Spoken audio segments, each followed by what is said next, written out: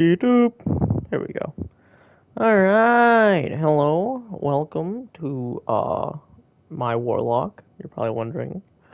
Every time you've seen me play, I'm usually on a hunter. So why is this? Answer.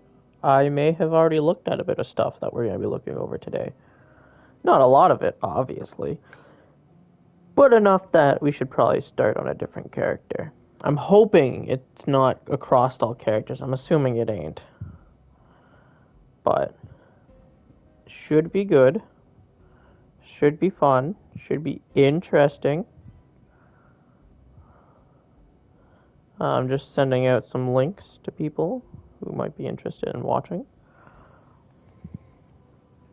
But we're gonna be cracking down on some theories I have for the final shape, and we're gonna be listening to the Veil containment logs because the last one just came out, which means we should be able to get a better understanding for what the Veil is. I've heard a bits and pieces of it from other YouTubers, all that good stuff. But there's a few books as well that I want to go over for the final shape because I think some of these books may have hints as to what the final shape is, and I'll get to that in a moment. Also, I want to check the store quickly for my Warlock. Oh, loot box unboxing. Let's go gambling. Oh, it was a ship. What do we got? What do we got? Ooh, it's this one. Now, which one looks better? I feel like the original Falling Sunstar, Fallen Sunstar looks better. Actually, maybe not. I can see myself wearing that. If you're wondering what I am, I'm Roy Mustang from Full Metal Alchemist, where I'm using Winter's Guile like a Giga Chad. But with that being said, I think there's a small mission we have to do. Don't worry about that, okay? Shh. Don't look at it. Yeah, I finished all. Yeah, okay. I've done it. I swear, I've finished at least this campaign on my Warlock. I completed the main important stuff on my Warlock, like the stasis and the strand uh, DLCs. Which ones? Can't remember right now. Don't worry.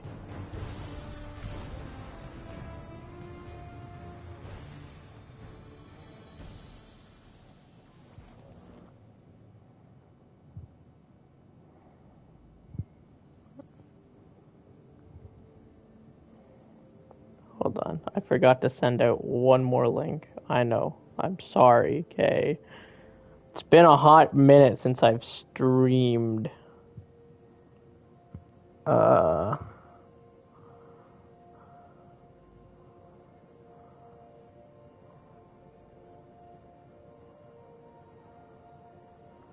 so I've been listening to podcasts because I've started watching or not watching, sorry. Started working, right? Started making that moolah, you know how it is. Or maybe you don't. But yeah, I started working and my job's pretty normal. It's walking around cleaning stuff in the city and stuff like that, right? And I started listening to podcasts. And I found a really good Destiny podcast, and it's like a little small. It's a small thing that I would like to do with friends if I could ever get them all together to do it. And it's lore readings of Destiny, Forsaken upwards, which they still do like the old lore, but it's mostly been the newer stuff from that time. And they're called Guardians of Lore. If you like listening to podcasts or if ever just bored and don't know what to do, I would suggest it. It helps me get through the day and allows me to listen to things in a new light. Especially listening to the old stuff, listening to it now really really gives you a different perspective. So we're gonna go through these logs. I'm assuming this should be the first one. Yeah. Chioma Essie, research log, the Veil. I don't even know where to start. When we landed on Neptune, there was something waiting for us. An alien structure. It's an electromagnetic anomaly. No mass, but a tangible surface area. It's like a thesis statement to the von Neumann-Wigner hypothesis. It's definitely paracausal, like the Traveler. Maya calls it the Veil. She says she heard the name in a whisper when she looked at it. When I asked her who whispered, she said it was her own voice. I still haven't had time to process that. Everyone on the initial survey team died. The minute they touched the object, they entered a state of brain death. All of them. To make it worse, the EM radiation emitting from the Veil is causing psychological distress in the exos that came with us. They've all described moments of intense, hallucinogenic reverie. Some of them went silent and rigid and just stopped. Maya called it billboarding. Something from the early days of Clovis Bray's Exomind project. She doesn't seem afraid or surprised. She's convinced this thing, in her own words, she says, it'll be our salvation. Fascinating. This corroborates what Nezarec said, that the Veil survived Savathun's escapade. This must have been the root of Savathun's betrayal, stalling the witness's plan to buy time to counter it. So, she stole the Veil from Nezarec? And killed him in doing so. It explains what happened to the Lunar Pyramid, why it's dormant. Then what about the rest of this? What happened to the Exos? Is that what happened to all of them? I have some theories, but it's too early. Ah, hello. Regardless, it sounds like the Veil had an ill effect on Dr. Sanderesh. We must be cautious. Hopefully the next log we decrypt will shed more light on this enigma. Alright, so there's a few things in there. There was some thesis that I couldn't wrote down in time to search. The Von something. Paracausal is what it came down to. At least that's what she said. And we can tell that the witness is able to at least talk through it because our ghost was affected by it during the campaign. But not only that, it's already affecting those around it. Which means, like the pyramids, it has some sort of connection with the witness, probably through darkness. Let's be honest, that makes the most sense. One thing I am happy about, because I've had this kind of view of Savathun as they're not a bad guy, and it's more of they're not a bad guy. They're just a good guy doing the wrong thing, if that makes sense. I don't know, anti-hero, something like that. Because everything she's done has been to technically help, including the Veil and taking over Osiris. All of the 9 yards that she did, she technically did to help us in the end. Which, granted, a lot of people see her as the bad guy and like, oh, but she did all those horrible things. She literally explained why she did all that, and 90% of it's because of dangers that were coming. Especially hiding the Veil. That's another thing.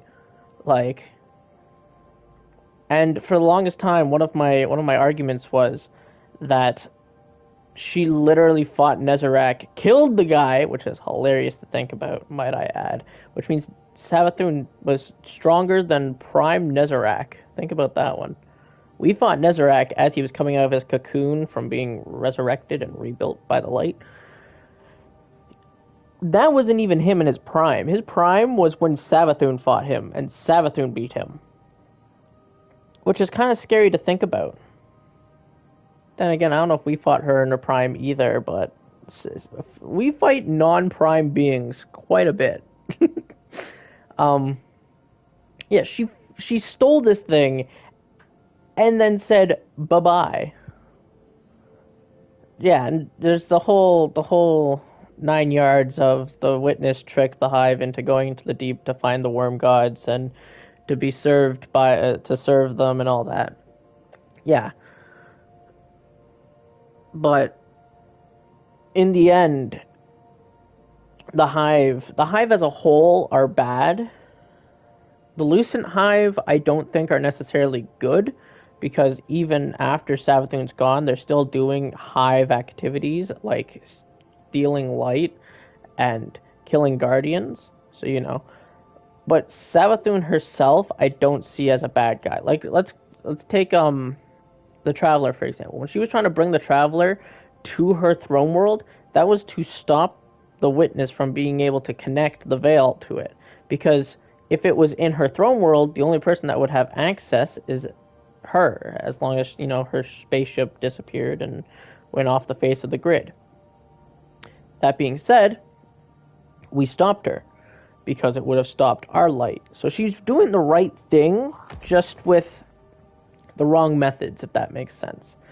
So I am happy to hear that we have that knowledge now, that she literally kicked Nezarek's ass. Very happy to hear that. But let's hear the next one. Gioma Essie, research log. The Veil. We shouldn't settle here. It's a mistake. But Maya is insistent that we have to build our long-term shelters near the Veil. We're almost done constructing an enclosure around it. Once the field emitters are up, we should at least be safe from its radiation. The Siva tech Maya had on the Exodus was a lifesaver. Not only for building the enclosure, but shelters, tools. We'd be dead without it. But it still wasn't fast enough. The last XO in our group succumbed to brain death yesterday. Maya's quarantined the bodies for study. She says our next step should be finding a way to draw power from the Veil so we're self-sufficient. I'm insisting on turbines instead. But she doesn't think that's good enough. Not for as long term as this might be. Which, I guess. But I can't shake this feeling. Like we're making a terrible mistake. I'm not getting a good vibe from this. Quinn says these records contradict some of her own. But there's a ton of references to Maya's Sundaresh in our archives that are redacted. I'm worried, Osiris. What if everything we've been told our whole lives? What if it was all a lie? Don't despair yet, young friend. The truth may be somewhere between these logs and what you've been told in the past. In my experience, history can be contradictory. Regardless, we won't know until we decrypt more of these logs. Alright, so before we go to that log, I do want to... Yeah, so the Hive are technically meant to do the worm's bidding. If it doesn't, the worm consumes them. And specifically, Savathun, Xivu, and Oryx had very specific worms. Savathun's worm craved knowledge, so they were... Basically, if they weren't getting secrets and knowledge all the time, they would die. Xivu Arath's worm feeds off of violence. That's why they are the god of war in the Hive culture. And last but not least, there was Oryx, which, if I'm not mistaken, since he was the navigator, it thrived off of travel and finding new planets. I could be horribly wrong about that. It could, maybe it was just, maybe it just wanted him to kill some people. I don't know. But needless to say, yeah, you're not wrong. They're doing it out of the necessity to survive, but I'm pretty sure most Hive are actually controlled by their worm as like a parasite kind of situation, except the worm Oryx had wasn't the worm of secrets. That would be Xivu Arath's. What? Hold on, let me see. What?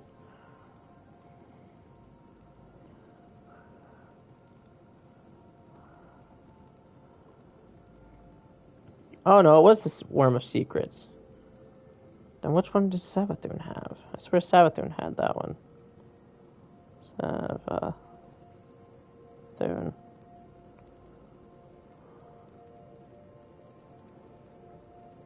Thank you. Now tell me what it was.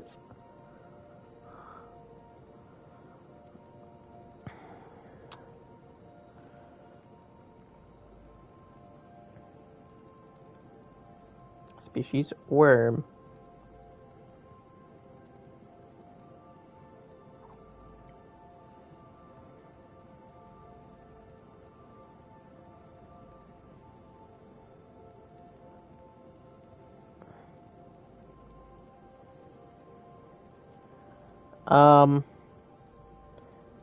He killed, which, hold on.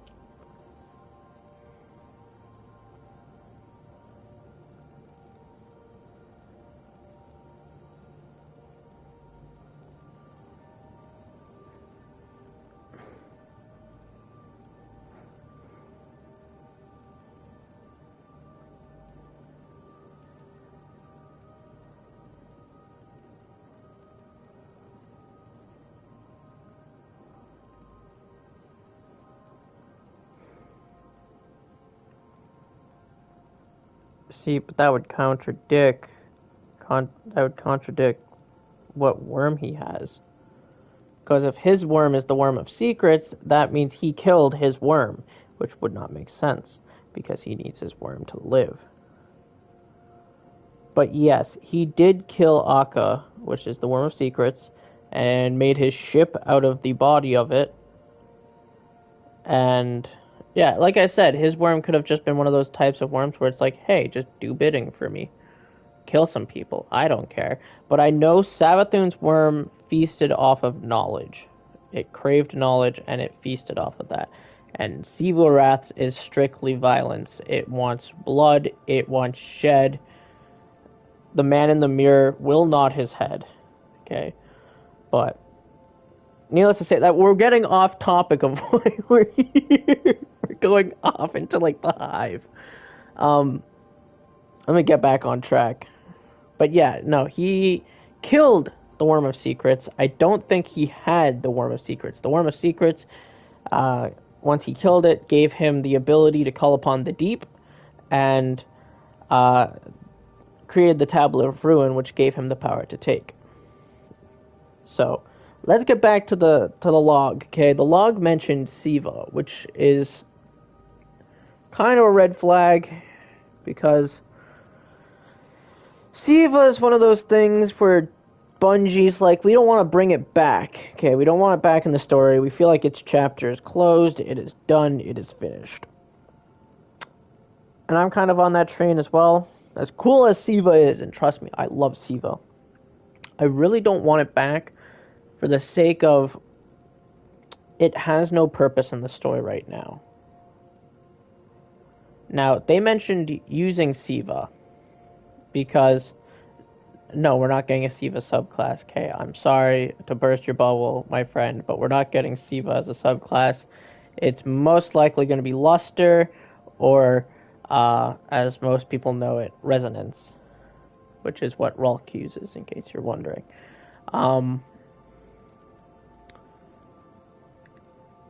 I know it makes sense that they had Siva. All the colony ships did have Siva, or at least most of them did. We know this because there was a bunch on Old Russia, and there was a bunch on...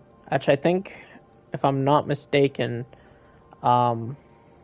Failsafe had Siva. Whether or not it escaped or died or what happened to it, I don't remember. But there was mention of that one also having Siva. And Siva was basically given to them all to basically recolonize, which makes sense. So let's continue. Oh, they were talking about the Exos and how they're all dying. And the reason why the Exos succumb to this thing is because they're made of radiolaria, in case you did not know.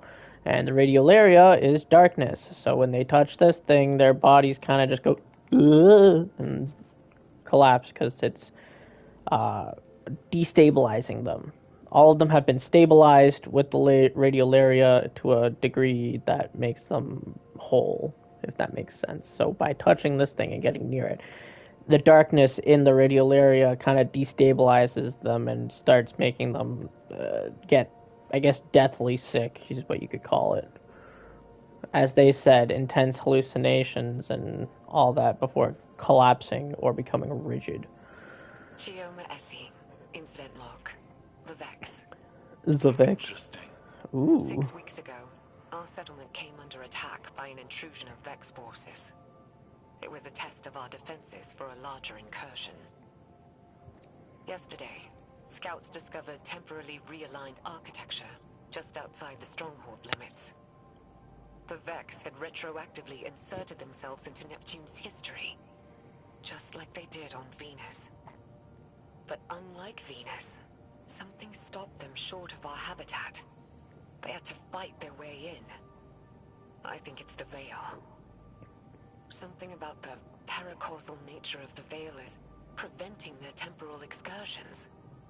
But the Vex aren't giving up. They did something to Neptune's magnetic field. Wove a sim into it. A screen to isolate us. It's a double-edged sword. The Vex screen hides us from the outside world, from whatever's happened. So we're safe. Ish. But we're stuck with the Vex. Thankfully, they're slow to react. It's giving us time to research countermeasures. It's almost our anniversary. I should do something for Maya. She'll forget. She's always so busy. Computer, prepare food synthesis. File, Chioma date night 6. Oh, and add a bottle of port. Osiris? You alright? Yes, I'm fine. I just, saw shadows.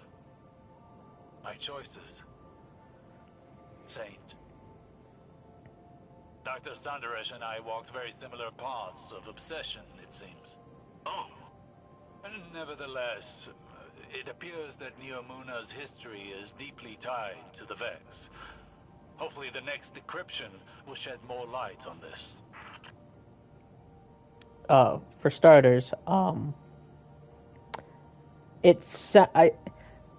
now I could be wrong, right? It could be an anniversary of getting to the planet, but the fact that they picked Maya as the specific name of people forgetting the anniversary kind of makes me think that's not what it is.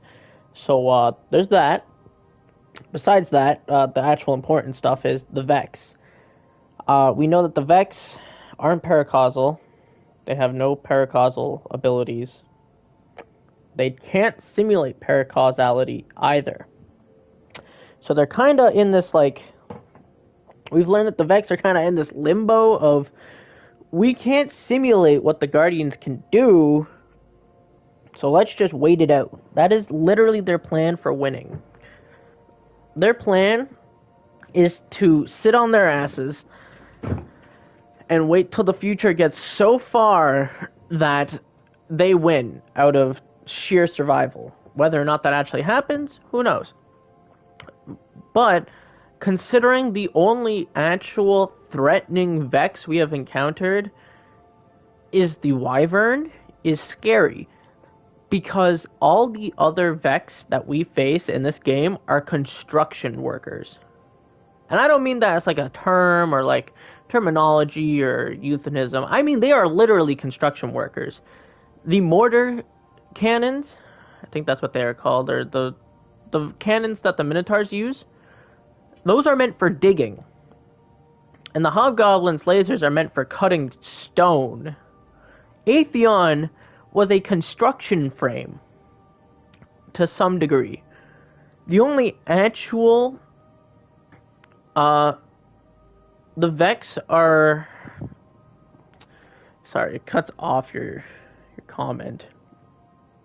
So I have to go back to the video. The Vex, from my knowledge, from what I remember, are more machine. Their origin is they're more organic, and something did something to them to turn them machine, or at least some of them. But we know this because Asher Mir gets infected. You know the little hobgoblin guy or not hobgoblin, harpy guy we see in the Avalon mission? Yeah, that's Asher Mir. he turns into a harpy that we actually see at the end of Splicer, sitting on one of the buildings. Now, we know he ends up becoming a Vex because he's slowly being transformed into one.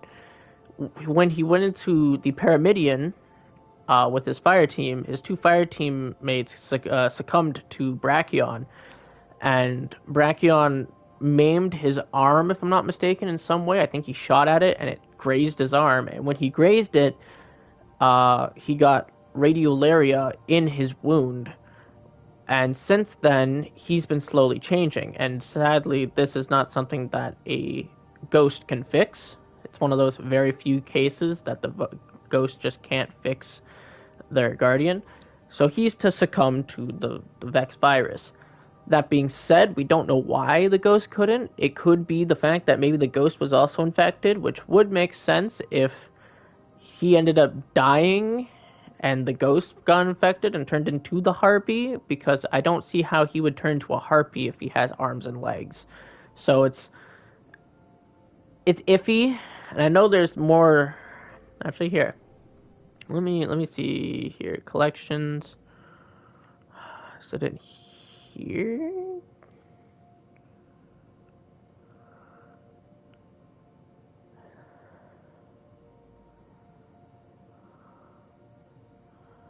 Da, da, da, da.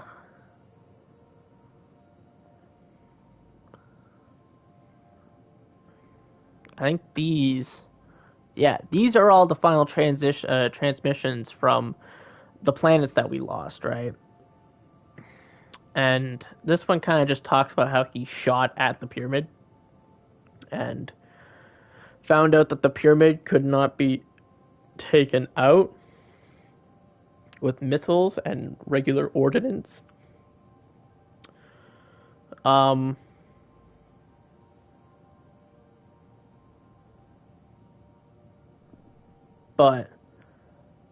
yeah, it doesn't say how he turned into a Vex. I'm assuming the Vex sickness that he caught took over him, but that also leads to believe that Vex can be created from living organisms if they're infected.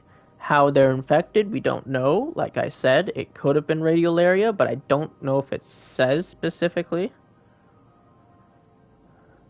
Asher Mir's already back. We've seen Asher Mir multiple times throughout the seasons. We saw him.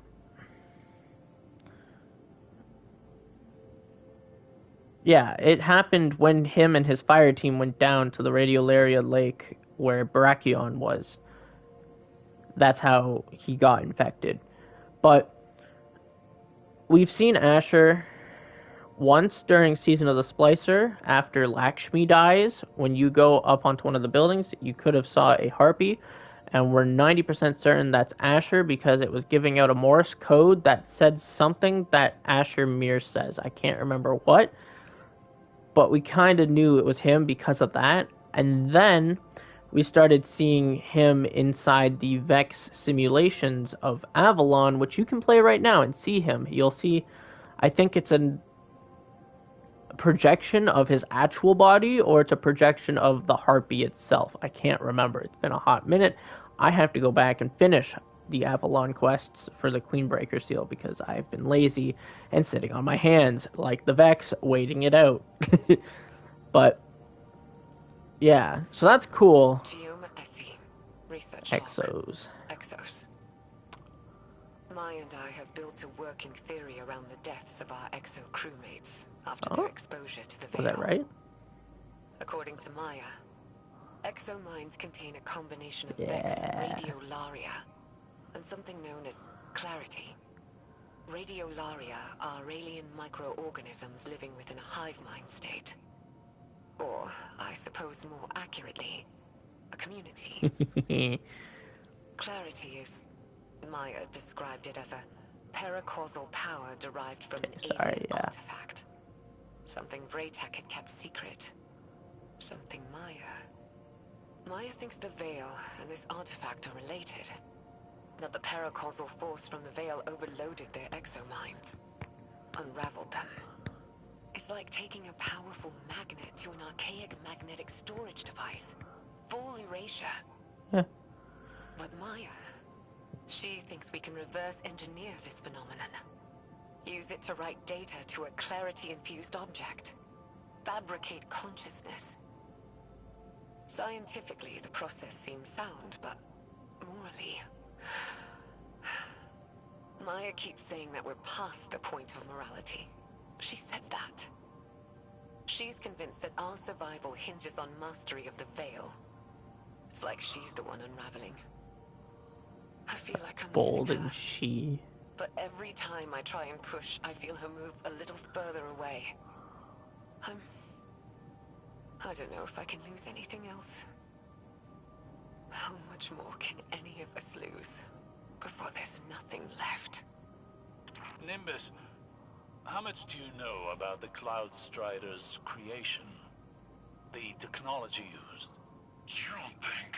I make no assertions yet. But I worry that your neon-lit city may have darker roots than either of us knew. Oh, Oh. So, yeah, sorry. It was the clarity that's kind of going haywire inside the Exos. But the artifact that they're talking about is the angelic-like statue that's just after batteries, if I'm not mistaken. Yeah, just after batteries. It's the statue that when you...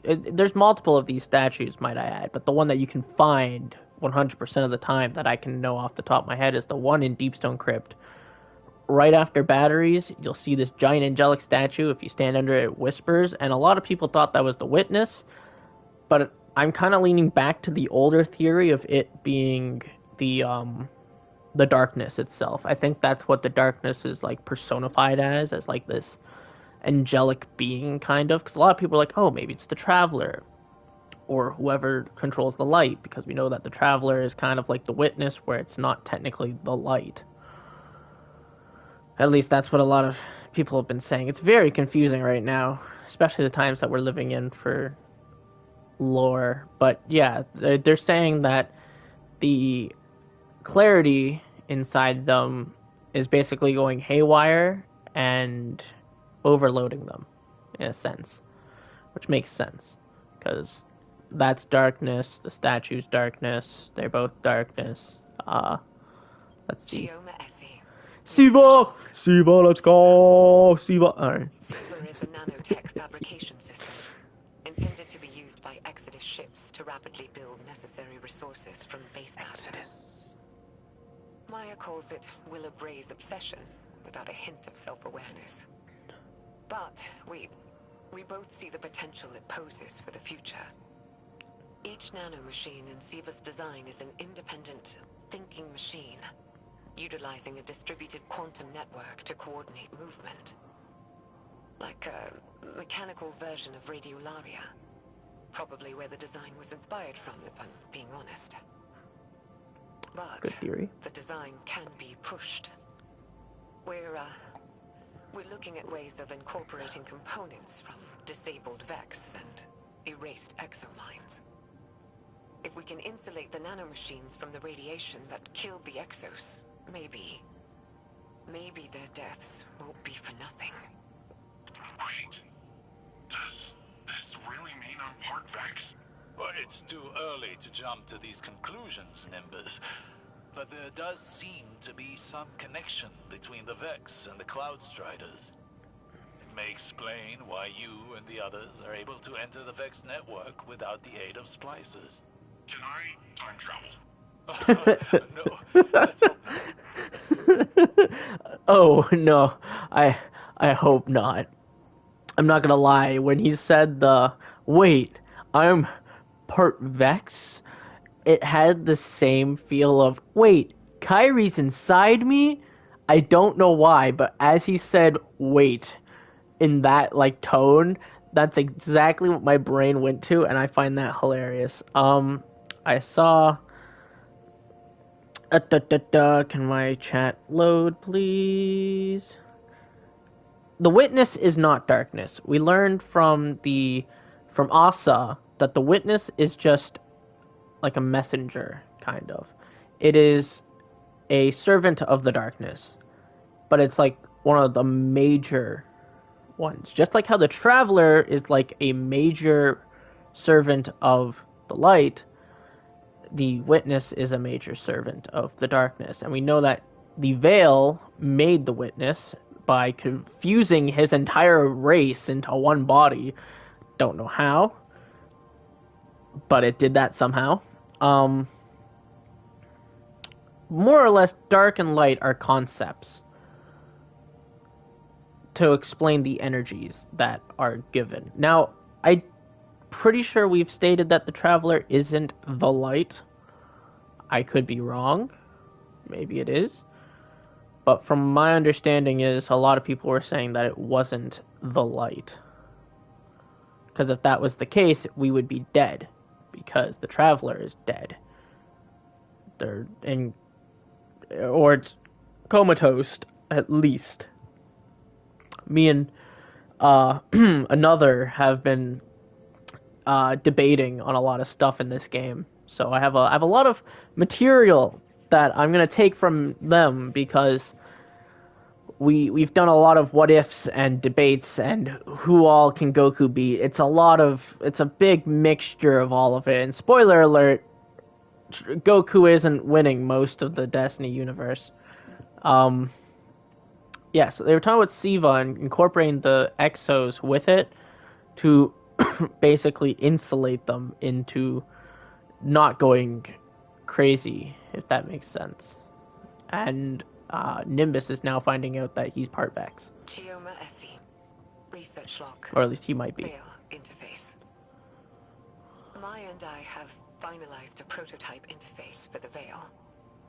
Hopefully it'll allow our research team to investigate it in detail. The system's designed like an orchestra, with a central conductor directing a symphony of minds to act like a distributed network. The idea came to us by watching how collective networks like Siva and the Vex operate. The hope is we can aggregate and pass the vast amounts of psychic data emitting from the Veil, turn it into something intelligible. If we're successful, the interface will provide us with a starting point for any future technological research tied to the Veil. The risks of such integration are high. The estimated mortality rates are... But I don't know what I'm doing. This is wrong. This is so wrong. We shouldn't... All she ever talks about is survival. Think big picture. What about your survival?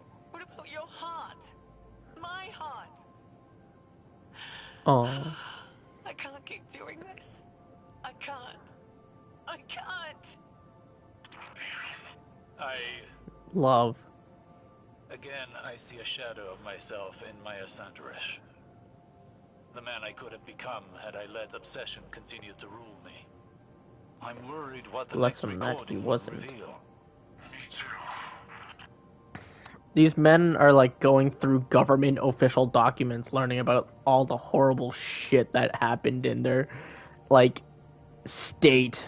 That's literally the equivalent. And they're like, oh, fuck. Oh, fuck.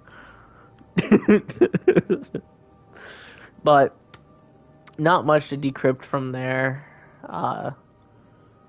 Just how the Vex and the Siva are very similar in their operating ways, and that's how they're basing the Veil stuff on. Chioma Essie. Oh, Research log. Veil interface. Supplemental. They're all dead. Chorus. Conductor. Everyone. It was too much. Swept their minds away like grains of sand on a beach. They're all dead. Maya called it valuable data points. Well springs and rivers are something. What have I done? Dang. This killed their entire It's like... Like their lives held no value to Dr. Sunderish. There's a troubling symmetry with data we've recovered from Titan. Data on the origin of the witness. It too was once multiple people that became conjoined by the way of some sort of ritual with a veil. Perhaps a conductor and a chorus. It is troubling that Dr. Sunderish seemed to be moving down that same path. I don't like this, Osiris. I don't like this at all. So, yeah, like, right there, he mentions the origin of the witness, and I could see... The thing is I don't know if it has to be, like, an organic being in order for it to be able to do what the witness did. Because the witness is organic. But if that was the case, all the exos would have merged into one exo. If it was like the witness. So that's interesting, to say the least. It really does make you think. Like, what would happen if it was a different race that did it? Like, what if the Awoken found this first, and then they all fused? Would we still have a Zavala around? Would Zavala still exist? Would he be part of the one Awoken? Can we unfuse anything? Like, can we unfuse the witness? Is that what's gonna happen? Are we gonna, like, shoot a beam at him and he's gonna, like, turn to, like, popcorn and a bunch of, like, witnesses pop out of him? Research log. Oh! Lakshmi. Lakshmi. What? What? Yeah, exactly what? I don't even know what to say. I'd recused myself from further experiments. Told her to take some time off. She refused. And the minute I wasn't there, she started hauling the brain-dead exos out of cold storage, hooking them up to the Veil interface.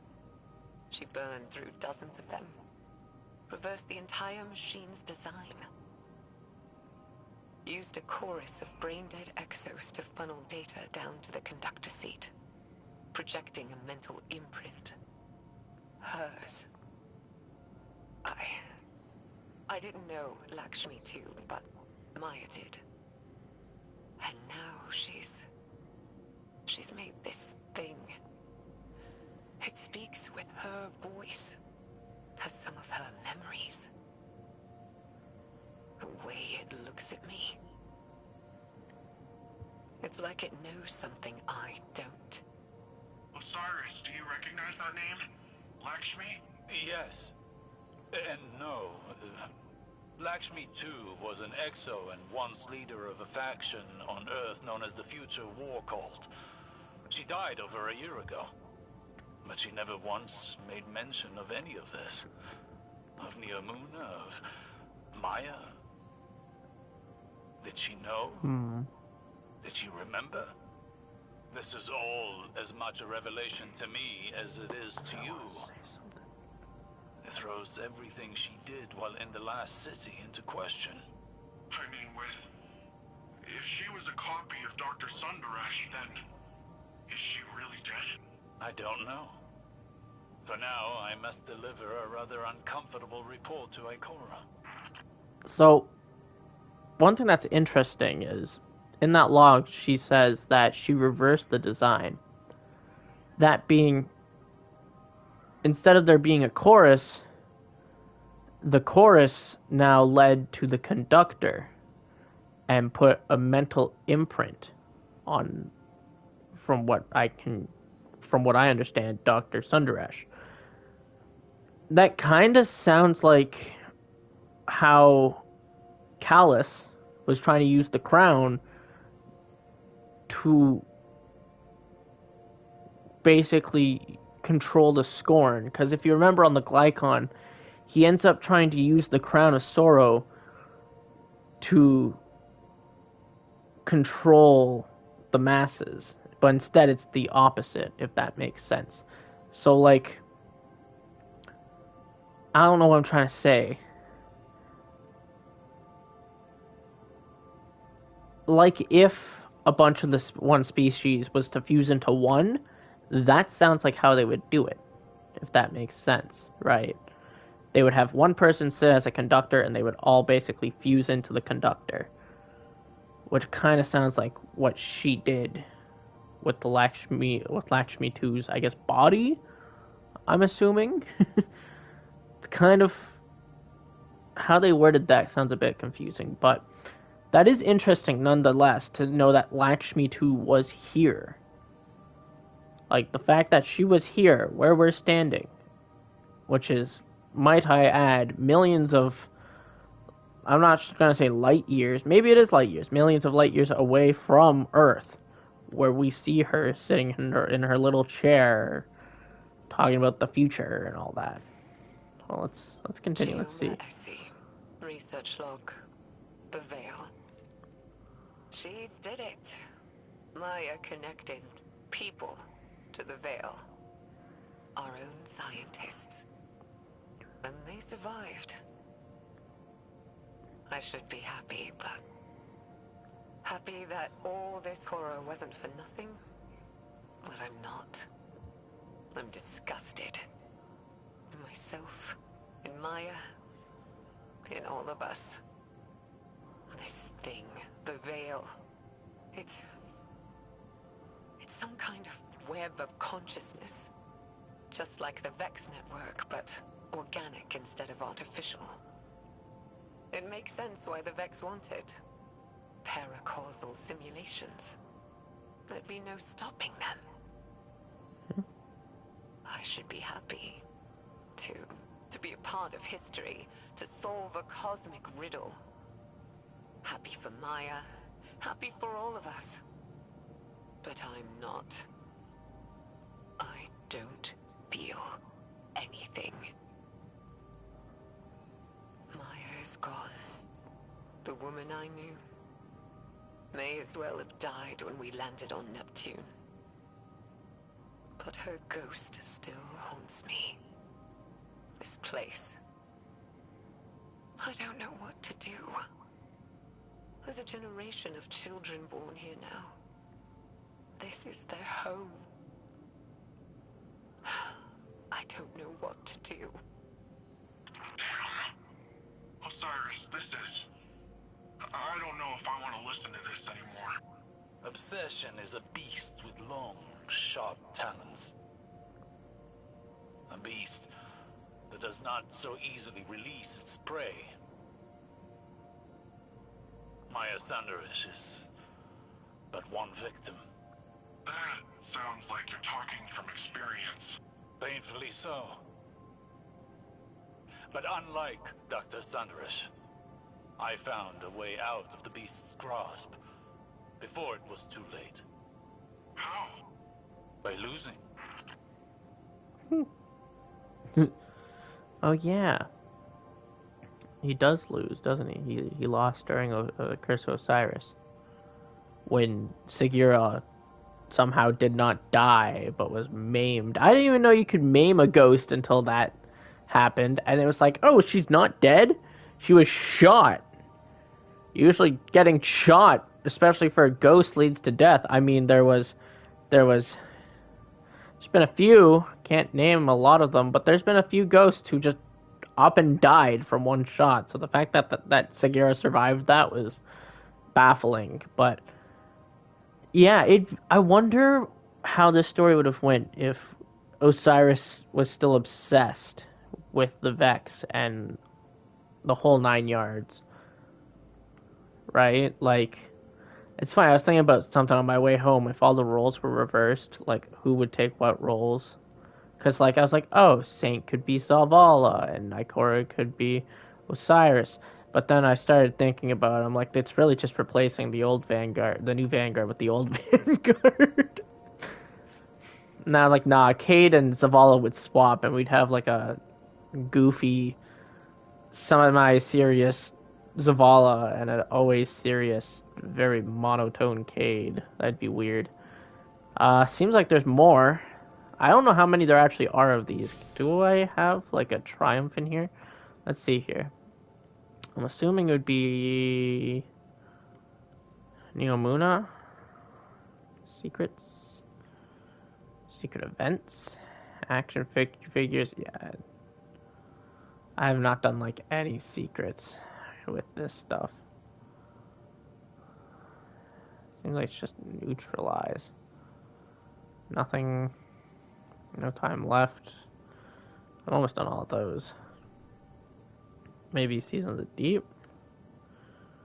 General. No. Alright, so I guess we just keep listening until it says no more. Essie, Incidental. Incidental. Maya's dead. I found her in the conductor's chair, alone. Nobody knows what she was doing. Her copy, that thing, Lakshmi, is still developmentally incomplete. It doesn't understand what happened to Maya. I had it quarantined until we can... Until we...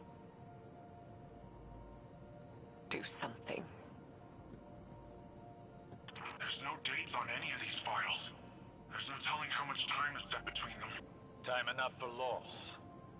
How many are left? 3 more. Then let us Three hope more. there are yet Alright. more answers to uncover. Yeah. That was a short one. Maya's dead. I'm assuming Maya was uploading her consciousness to Lakshmi, and now Lakshmi is Maya. Because from what it sounds like, either A, she uploaded herself to the Veil, because like she was saying, the Veil is like a consciousness network. So either A, Maya found this out and was trying to connect to it and somehow become integrated with the Veil itself, or B, she integrated with the Exo, and that's why Lakshmi, or we'll just call them Exo Maya couldn't understand what she was talking about, because in her mind, she's still alive. You know, kind of like but I'm still here. What do you mean I'm dead? Kind of situation. Geoma Essie. Log. Uh, Whatever. The war mind has reactivated. Our base on Hyperion detected Hyperion? network activity. They found us. Classified our location. Nephili Stronghold. We already estimate that Rasputin has attempted remote interference with our network. Our research. It can't. I won't let what we learned here ruin more lives. I'm going to send Stargazer off-world to deal with the problem. They can take Lakshmi with them and do whatever. As long as it's out of the city, out of my sight.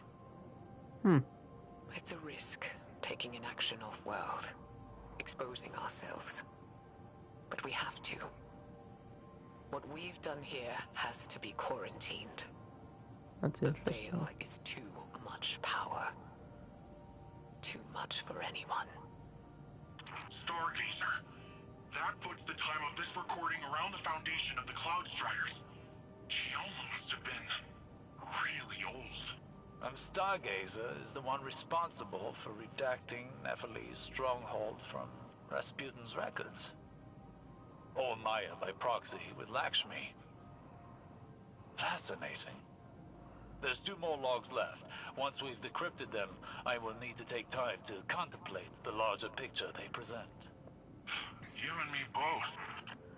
So it's funny because they mentioned Hyperion, and that reminds me of an Easter egg that was on Titan a long time ago, before Titan got taken out of the game. And when you scanned one of the shipping crates, it said it was from Hyperion. And a lot of people believed it was a Borderlands reference, and I still kind of do think so, even though they've kind of said that Hyperion is a place in this, because it said that this shipment crate comes from a few galaxies over or something like that. Like some far distance. That seems a lot farther than Neptune. But on top of that, we now know Lakshmi gets to Earth by the Starfarer. That's pretty cool. And we also know that this is around the same time that Rasputin reactivated, which, whether or not it's before or after he almost shoots down the Traveler, we don't know. Pretty sure it will there's probably people that know the lore a lot more down to the minute detail than I do, and could probably piece together when this exactly takes place. But yeah, she must be really old by this point, and on her last few years as a human. Apparently, average humans in this universe, like Last City humans, live up to like 200 years old. Apparently, don't know how accurate that is, but uh, it's scary. The Veil is too great a power for humanity to wield responsibly. All that's left is to close down the facility. Neomuna will go on. Humanity will persist on the back of our unspeakable work. But I won't pass that guilt on to humanity's future. My hands can be bloodied. Let the children have innocence. And in my dissolution, I will find peace. I don't know if I agree with Chioma's choice to hide the sins of the past, Sins of the past. but I also do not know what I would do in her place. Quinn says there's a data signature on this file, like something else was crawling the network. Vex signature. What's M-Sund 12? There's one log left to the crypt. Ooh, Perhaps we'll find M-Sund out. 12. M-Sund 12, if I'm not mistaken, is the one from the One Strike. What's it called? I should be able to see it from in here. What's it called? It's on Nessus. Not Exodus Crash. The Insight Terminus, yeah. Because it's from that one. We find out about Oxzot and M-Sun 12, and Ghost is like, what are those? And we have not found out until now. That brings up a lot of stuff now. Yeah, I really hope it actually does answer what M-Sun 12 is, because that's a big mystery that we just have not been able to figure out yet.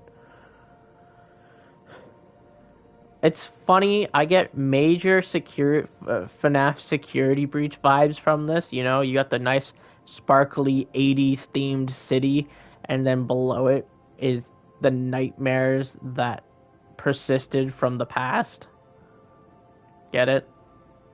Yeah, if any FNAF people would understand that. Years ago, Oh, back on Venus, the Vex simulated copies of us, Maya and I, there you go. trapped in a virtual hell. After so long, even hell can look like heaven, can't it? I'm tired. I'm done. Maya has to be out there. The Maya I remember. And all I want is one more moment with her. To hold her in my arms. Tell her that I love her. So she can tell me to hush one more time. If we learned anything from the Veil, it's that eventually we all have to learn to let go. So, I made contact with the Vex.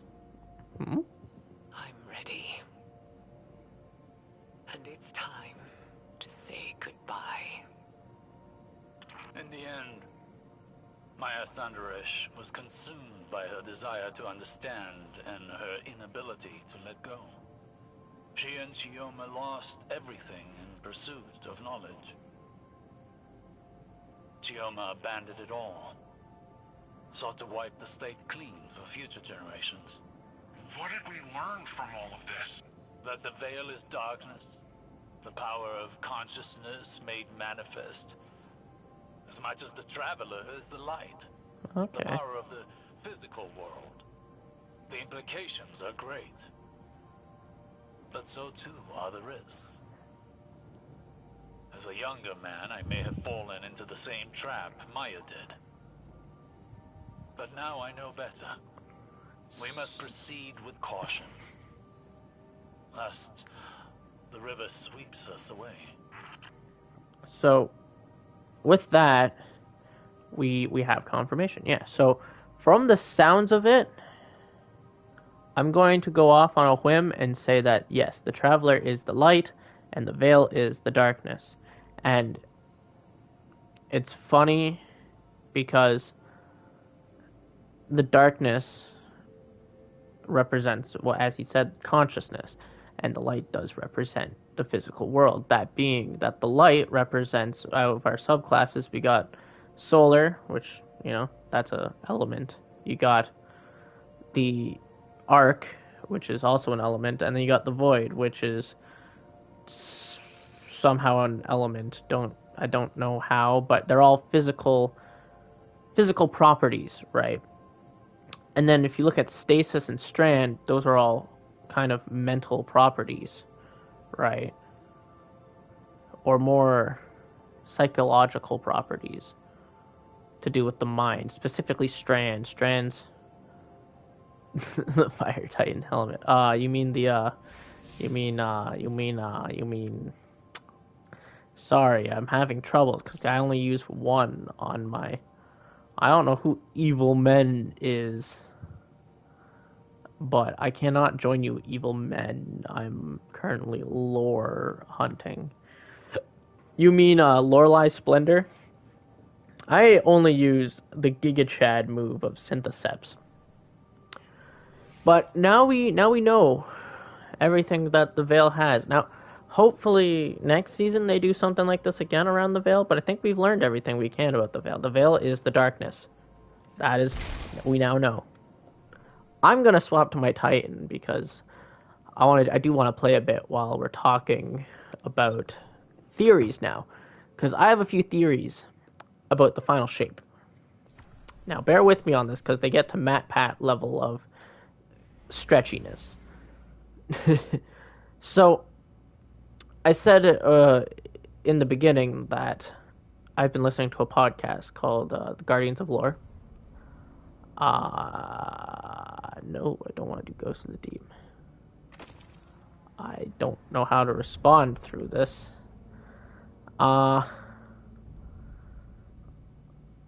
Cycle channel. Tab. I don't have a tab or an F2. Oh, there we go. Clan, fire team. Can I decline this invite nicely? No offense. I don't remember this person. I'm gonna be 100% serious. I don't remember. I think there was someone I did an LFG with recently, but yeah, I've been listening to a podcast. Before I get distracted again, I have been listening to a podcast called Guardians of Lore. And recently, they went through basically a Bible of sorts in this game. The Awoken Bible, known as the Marasena. This is basically the whole one-to-one scale of the Bible of the Awoken. Okay, this is like the whole history of the Awoken said through Marasov herself. This is like the front to back knowledge. And while listening to this in my ears, I came across a few things that stuck out, right? Now, I'm going to go with what we know right now, right? I have my own theories, and this kind of has changed them about what the final shape is. As anyone would know who played Lightfall, the final shape was created once the Veil basically shot a beam of darkness, or whatever it was, at the Traveler, connecting them, making this weird portal, right? Right? So hear me out. If we go into here somewhere, let me see. A lot of this explains about the humans and stuff that went out into space to basically get away from the Traveler and everything. And Mara ends up going out into space as like a teenager in like pressure suits into space and getting snapshots of space that she ends up selling to people. And her mom and Aldrin all live on this ship and all of that, and something ends up happening.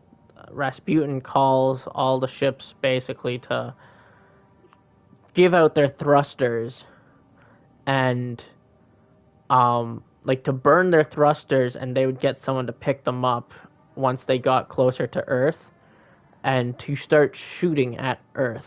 Yeah, it's the Sky Shock event. Once I find it. Is right.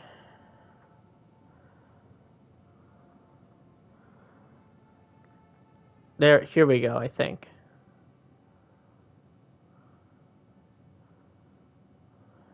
Is this the one that I was looking for? Captain Lee.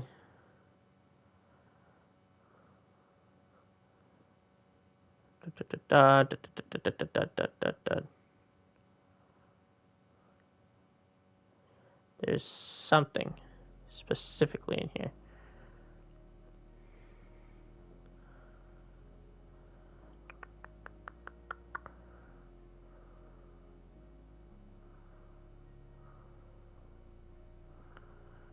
Not very. Yeah, so this is talking about Mara. And once I can find it, basically what ends up happening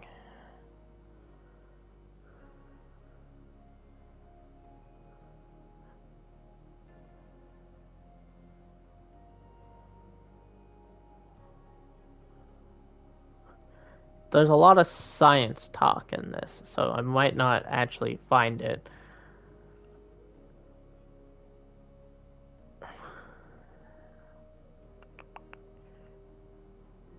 In the end, more or less, a black hole appears, right? And next to it, what can only be... yeah, here we go. The Kungadero, a black hole created by a concentration of raw energy. Black hole appears, and with it, next to it, or near it, there's like basically a white hole, is the description you would give it. There's a scientific name for it. And by those two things mixing, it basically makes a portal. And when she goes into it, basically it's a blank sheet of paper. That's all it is, right? And they end up making this world. Right. Now this is all the history of the Awoken. But here's the thing. This, at first I'm thinking to myself, like, it must be the Dreaming City, right? It's a paradise world, twin-ringed, impossible beauty, a sky milky and bright with stars, all that, yada yada yada.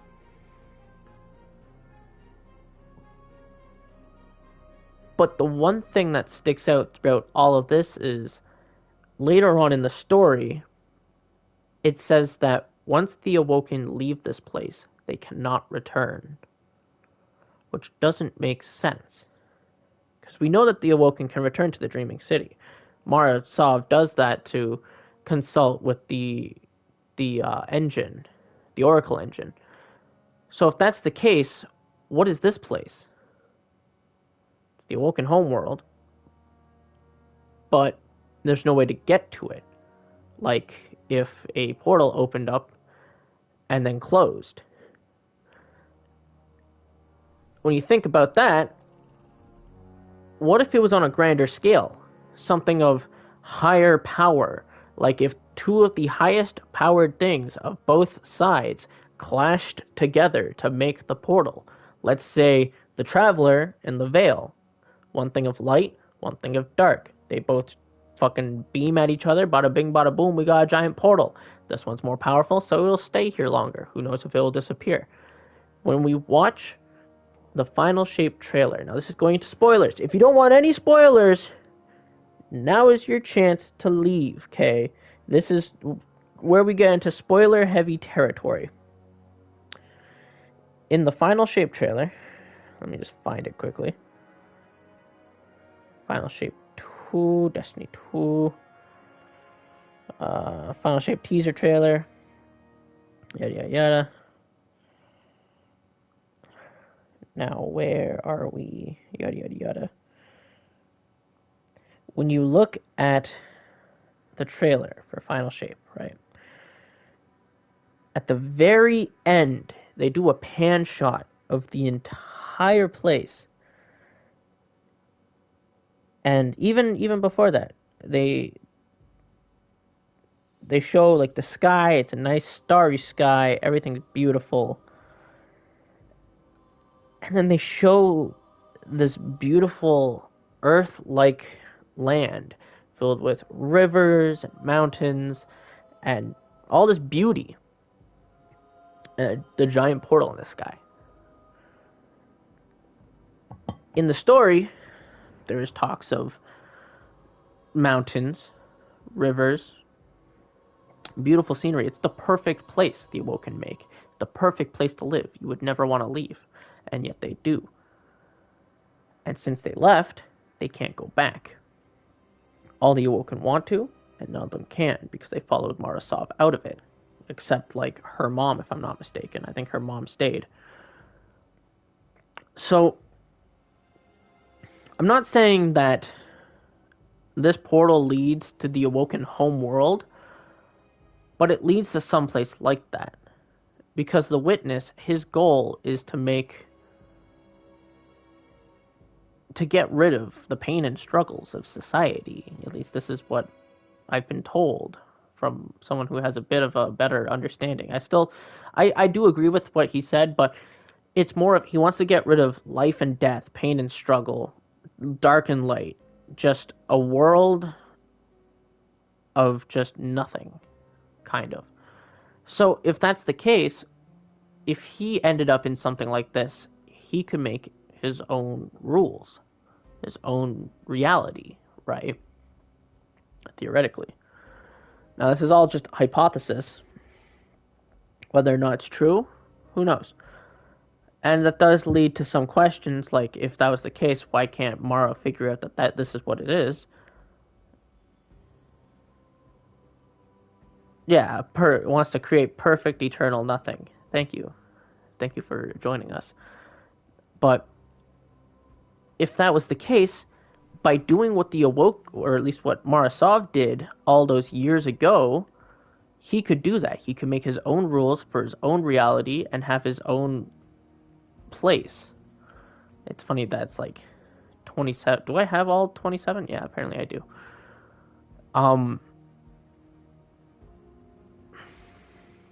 Just trying to see if I can find some more of the stuff. Let me go to the end of this.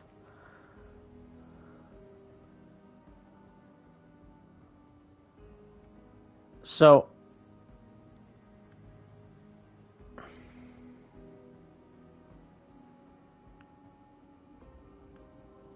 there's a lot of talk, and there's one other thing that I want to talk about that's in the Mara Sena.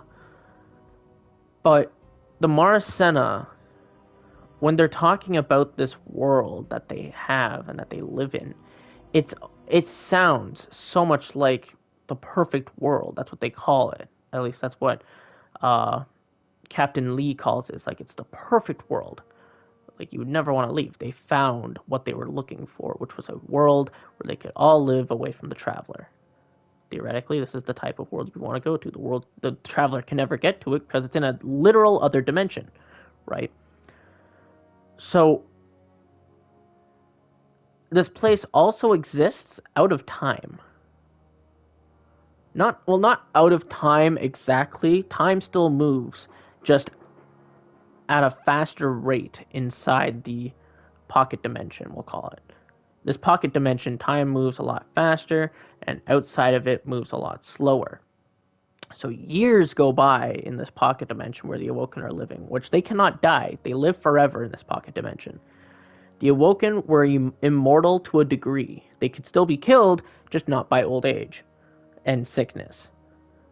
That being said, a war happened, a lot of stuff happens. I would really suggest reading this book, or if you want to just listen to it, listen to the Guardians of Lore podcast. I would listen to all 5 parts they did, front to back of the Mara Senna. They cover a lot of other stories that I think are really cool.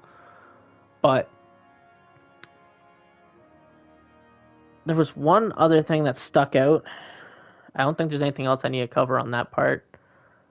It's just something about how a portal was made after a black hole and a white hole combined, basically making this empty space that could be made. Now, maybe, theoretically, the Witness may have gone to the Awoken home world. That could be it. I don't know exactly how they would. Exactly. But because we don't actually know how to get in there, and I don't really know how these people on a spaceship got in there. There was a lot of stuff going on. There was something about waves, and the waves, basically,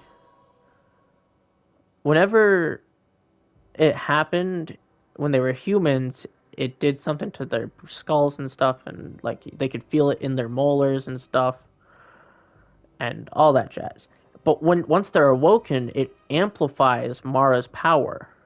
Something about scientific words and stuff I can't remember. Sorry, I'm not a scientist. I don't remember the words that they used. But there was a lot of basically talk of how it amplified her. So what I'm thinking is these waves somehow helped them get into this portal and didn't end up amalgamating with their ship, if that makes sense. And personally, I think that's a pretty decent theory. Whether or not it's true or not, I don't know. But, like I said, this is all speculation. This is all theory crafting. It could be real, it could not be. It's more for the fun of it, if that makes sense. Now, we get into a little bit of discussion in here. Revenge 1, which, fun fact, came out after an update where all the other books released besides this one. So it's funny that it's here and I get to read it. But this is after they all leave their homeworld and they're all getting used to the reef. They all just got to. They're not actually in the Vestian outpost yet. They're in the Tangled Shore at this moment in time. And Ido, who, in case you didn't know, Mara had a relationship with, they feel like they caught scurvy and all that, and everyone's in pain and everything. And that's because they're not immortal anymore. Their bodies are trying to adapt to the laws of reality in the real world, or real universe, I guess, in this realm, which is, you can die. You will die of old age. And in here, if I'm not mistaken, Ido talks about something? No, not in here. It was in here, in the Awokens of the Reef. We found humanity.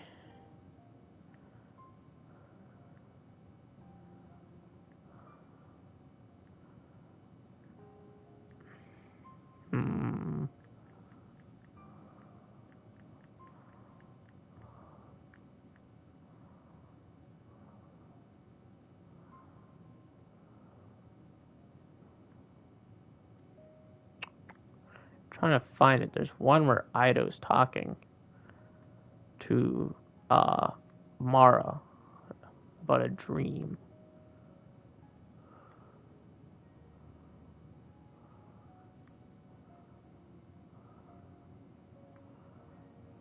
Lightning. See wolf shifts.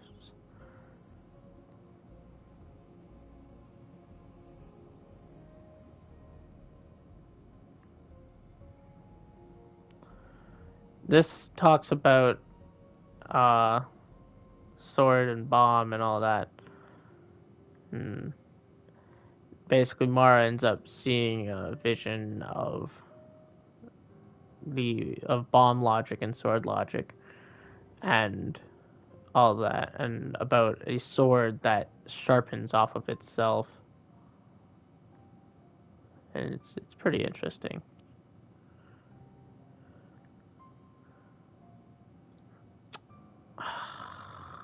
Can't find it. I'm trying to remember where it was. Was it in here? Maybe it was something else that I'm thinking of. Let me check armor quickly. Not armor, exotics. Was it the Wishender lore tab?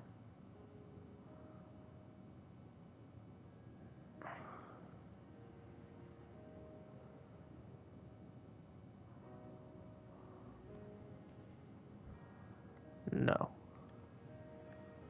So maybe it was the Hunter Oathkeepers.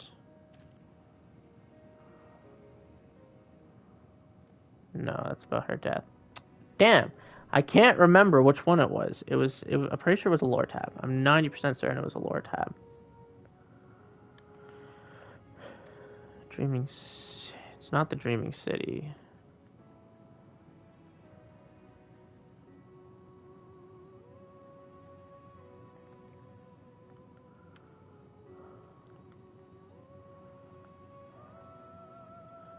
Maybe it is in the Maracena? Towards the end?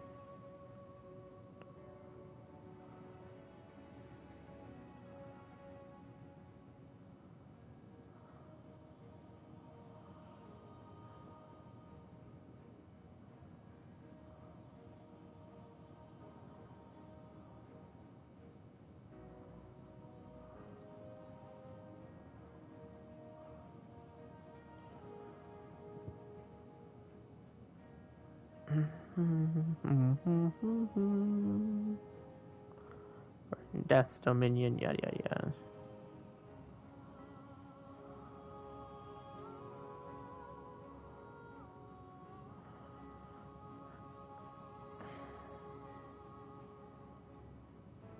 By the sword. By the sword and by the bombs.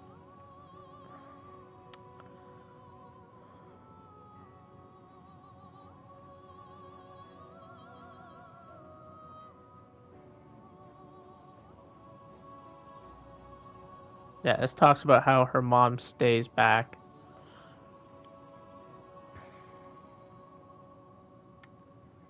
Okay, let me see if I can figure it out. Hold on.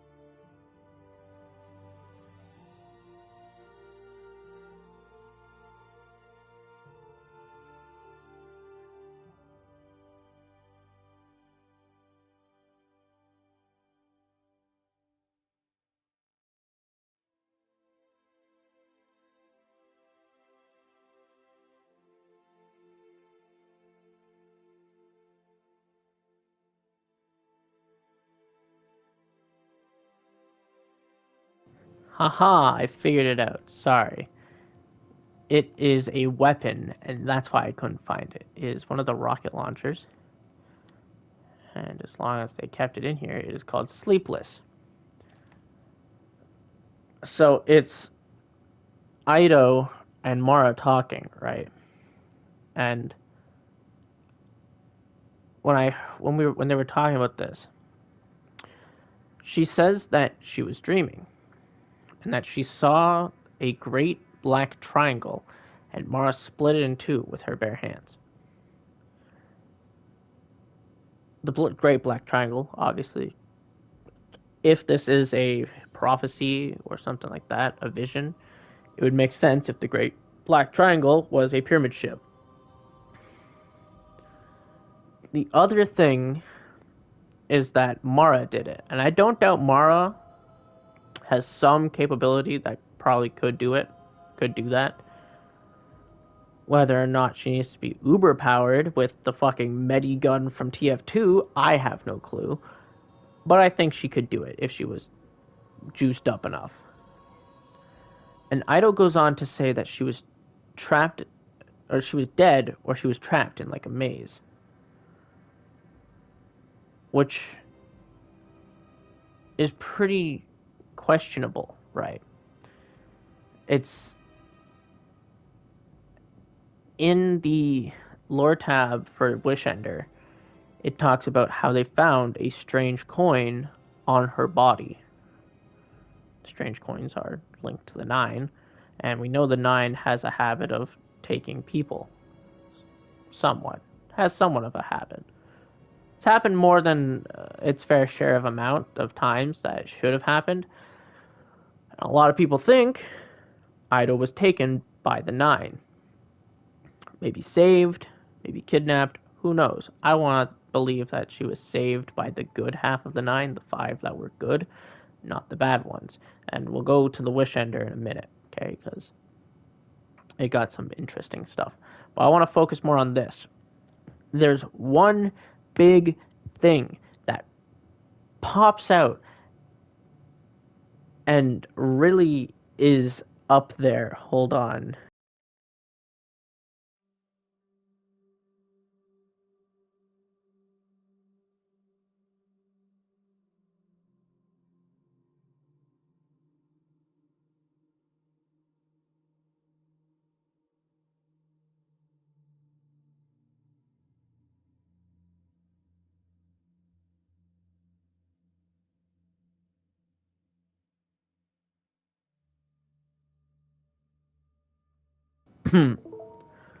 But where was I?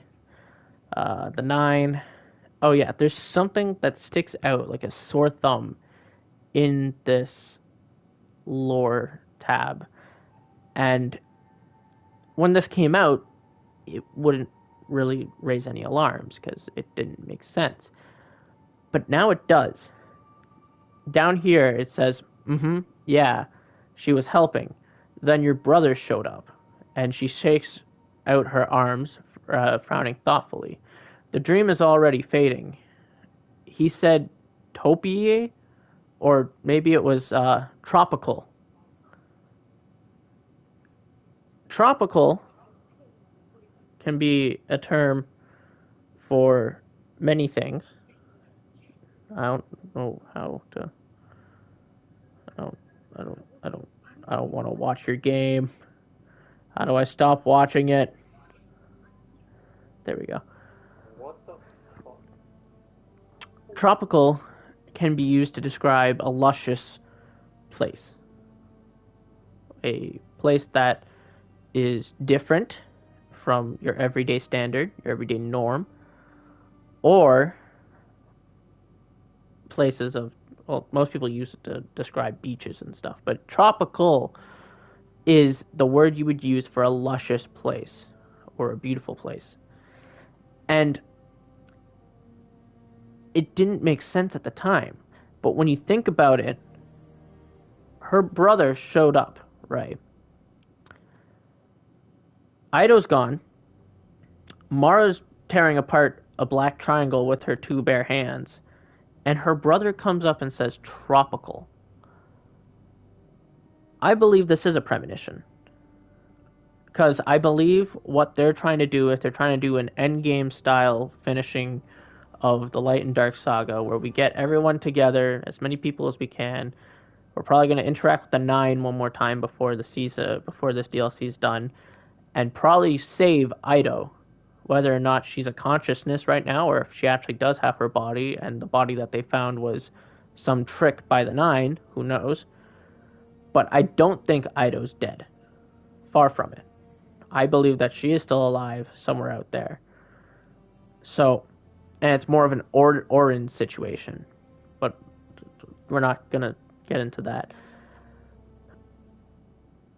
The place that we see in the Final Shape trailer could perfectly describe why Aldrin says tropical in her dream. Because it's not it's not my brain is having a stroke. It's not Aldrin. Aldrin? Why do I feel like I'm saying it wrong? Maybe it's because I was listening to the books, and in the books his name's different. It's like Alduin in the books. But needless to say, it's not her brother anymore. He would not have any memory of the Awoken Homeworld because he died and became a Guardian. The only memory he has is from what he did that Savathun gave, from what I remember. I don't think she gave him back all his memories. She didn't have all the memories last time I checked. So it would make sense why he says tropical.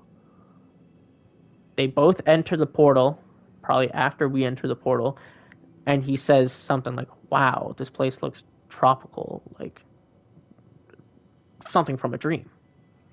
Paradise. And Mara, probably after they enter it, realizes where they are.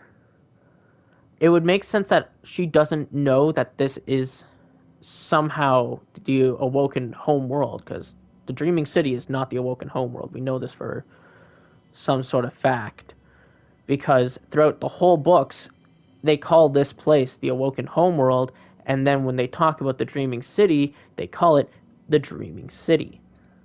They never once say that the Dreaming City is this place. So it's interesting, to say the least. It'd be an interesting take, and Bungie, I know we bash on them a lot for the story, but there's a few stories that they've had where they've known the outcome of the story. Like the Man with the Golden Gun. I think it's the Man with the Golden Gun. Or no, what's the other one? Let me find that one quickly before I kind of like end off here and lead to my end. It's somewhere here. For Every Rose a Thorn. Drifter's Gambit? No.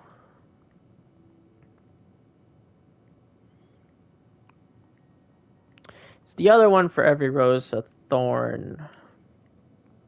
I can't remember what it's called specifically. But it has to do with Shin Malphur basically sending letters. The guy who made that part of the story knew the ending like a couple years in advance. He knew what the outcome was going to be.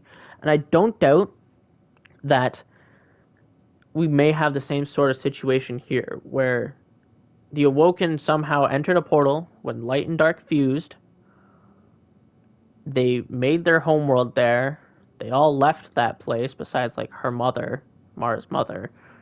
And now they can't go back. They physically say in the book that once they leave it, they can't go back. So that means it can't be the Dreaming City. We've been there before. Everyone else has been there before.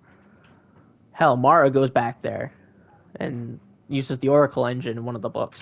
So there's no way that can be what they're talking about.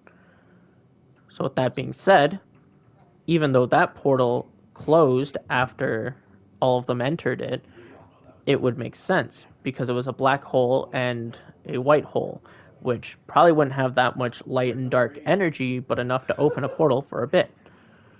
Unlike the Traveler and the Veil, which are two massive sources of both. basically creating the portal that would stay open.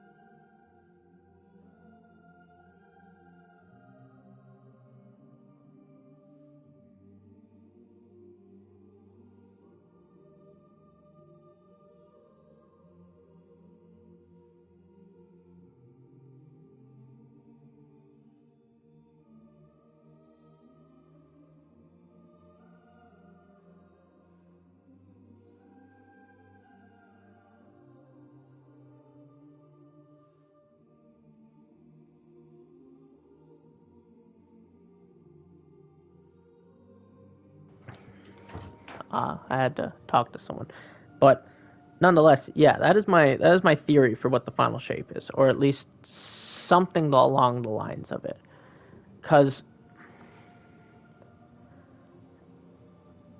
that would make sense if, like, the stronger the object that creates the portal, objects that create the portal, the longer it stays open, which would mean that if the veil was used, it would open it. I don't think the pyramid ships had any correlation to the whole portal opening. I think it was kind of just for, like, effect when all the triangle ships surrounded it and went into the portal, because the triangle ships were made after the veil and the traveler existed, right? It was the witnesses civilization that made them. So with that being said, if this portal is created by two paracausal entities, these are things that have existed before the witness. With that being said, it would make sense if the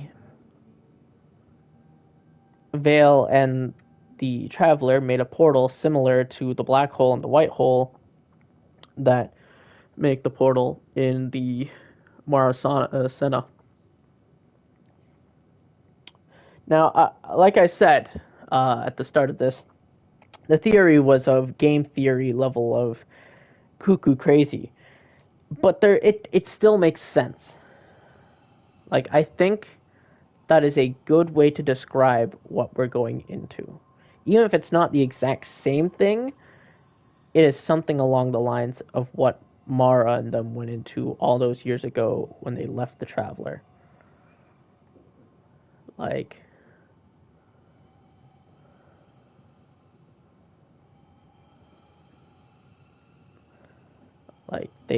they physically,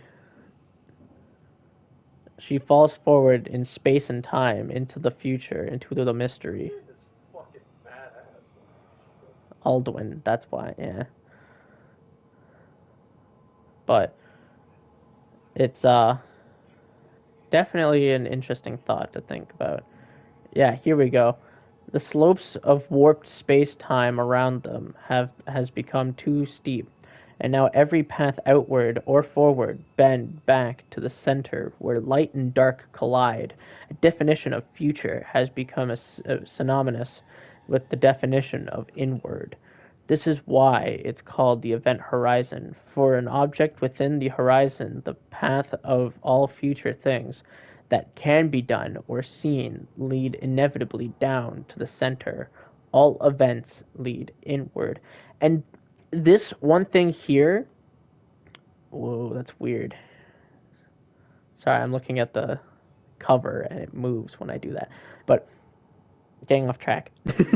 ADHD, right? That being said, that sentence right there just sounds like a witness thing, if I'm being honest. The definition of future has become synonymous with the definition of inward. This is why it's called the event horizon. For an object within the horizon, the path of all future things that can be done or seen lead inevitably down to the center. That just sounds like a witness thing. And the fact that this all collides with them entering a portal made from light and dark energy, I don't know. Like, it feels like it's speaking and screaming right at my face. This is it. This is at least the skeleton of what he did. Maybe not the exact same thing, but something along the lines of it. Actually, you know what? Let's read it. Why not? So, if you do want to read, like I said, anyone who's interested in the lore, the Mara Senna is a really good place to start. It gives you like the whole knowledge of the Awoken, and then you move on to the Awoken of the Reef. This is basically their homeworld, and the Awoken of the Reef is right after they leave their homeworld, right into when they started living on the Tangled Shore and start to develop the Vestian outpost with a little bit of other tidbits of story. But with this one, she remembers everything about the moment she is born. She has gone outside Yang Liwei to die in starlight. She cannot bear to let anyone see her fear, or her awe at the scale of destruction, or her pity of the billions of souls dying in darkness back around Seoul. She cannot be among the other crew as they cling to each other and whisper reassurances, not even with her mother. She cannot surrender her mystery. So she kicks off the hull on 50 kilometers of tether. But there's no starlight to die in. The darkness is absolute. Gravity waves tug on her line, pulling her back towards Yang, and then hurling her away. In time, she feels another vibration in the line. Sister, the tether transmits, I'm coming out to get you. Brother, she thinks, you'll lose yourself trying to follow me. Captain Lee's voice breaks through the static, drawn out to a mumble, and then compressed to a shriek. Spikes of hard radiation go through her words like bullets, spattering phenoms into eerie compression artifacts. This is the interstellar vessel, Yang Liwei, to the entity interacting with us. We are not involved in your dispute with the power around the stars. We are on a mission to begin a new life elsewhere. Our purpose is orthogonal to yours. We request your indifference. Mara's tether trembles with Aldwin's progress. She holds it in one hand and reaches out with the other, gripping the emptiness, feeling how the tides of broken space pull at her fingertips. She senses that the nothingness around her is not indifferent, that it is aware of all purpose, and that its own purpose encompasses them. It is indefinitely hostile, because it must be. Suddenly, as if the void around her has just spontaneously big banged, she sees light. The point of pure white shines in the cosmic distance, not just visible luminance. Her suit decomposes the spectrum, but light in the radio bands, in microwave, keening ultraviolet, keening ultraviolet, a spike of gamma, a total and all-embracing radiation. It sings, it chatters, it speaks in a voice older than suns. She feels that she could for the voice for a century and never decompose it into its parts.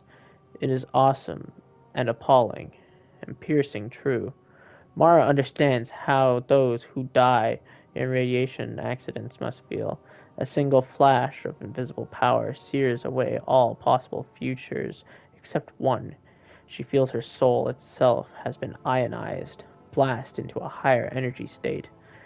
The light pierces the darkness, not like the sunrise, not like a wall or flood, but like a single crepuscular ray, a finger of radiance that reaches out, though deepest night, to touch her. It illuminates Mara, Alduin, and Yang Liwei. It is not quite enough. It cannot vanish the shadows. Thus, Mara finds herself drifting on the edge of the light and the darkness, on the dusk and dawn gradient between the two. She feels a contest, a battle fought, an equilibrium reached. Not a truce, but an indefinite limit. Like an equation dividing by zero, a collision of two violent entities. Mara queries Yang Liwei for telemetry, and her sensorium fills with terrified screams of gravitational instruments.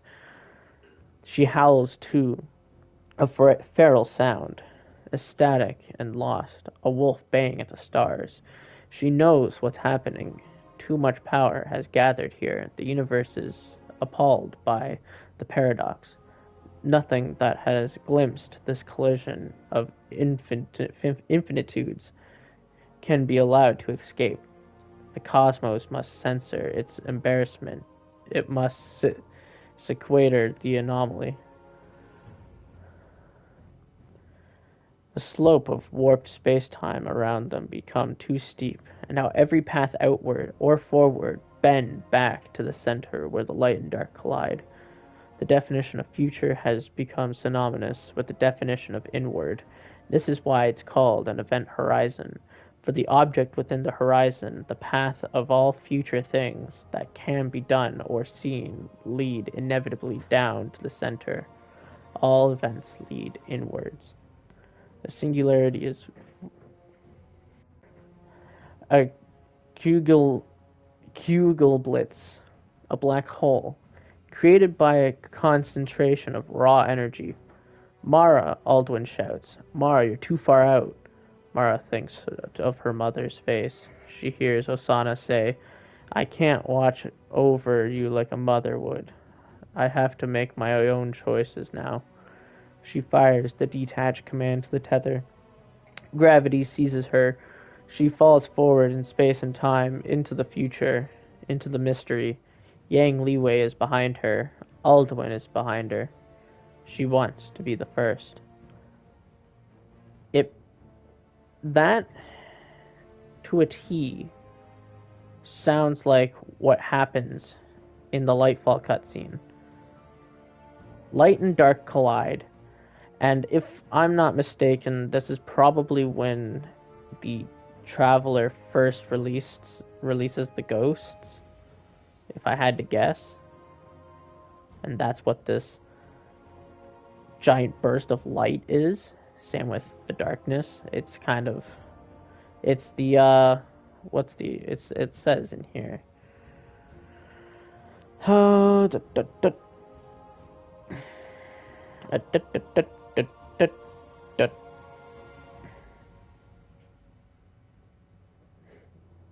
find it right now. Needless to say, it's the Skywatch event, I want to say. Something like that. Something along the lines of that. But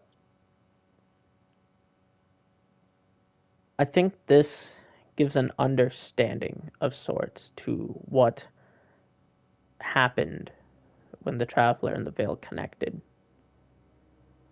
It was like a very strong, potent version of whatever portal the Awoken went into before. And now it sits there because it has enough energy to sit there. While listening to the Mara Senna, it's very interesting, the different things they talk about.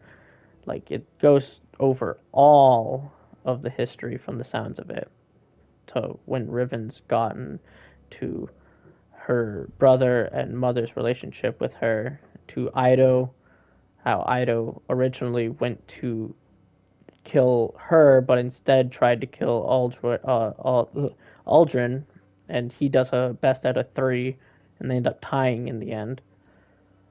All this different stuff, and there's one interesting thing in here that also kind of scratched an itch that I couldn't quite place, but I think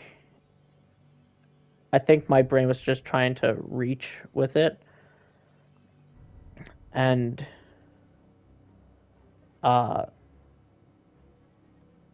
it's a vision that Mara has, and I'm 90% certain it's the one about Oryx,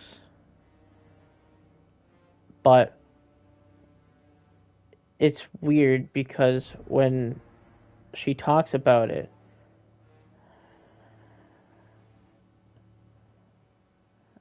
trying to see.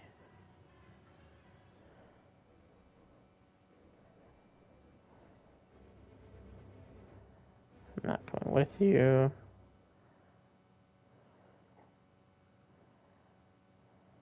This one's a sword.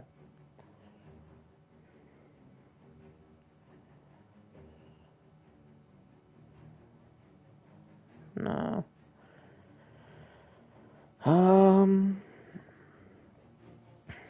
We found humanity.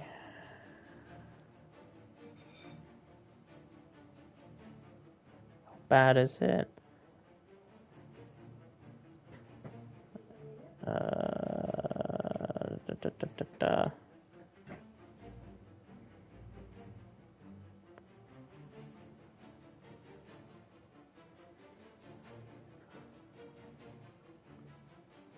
I can't find where it is. Oh, wait.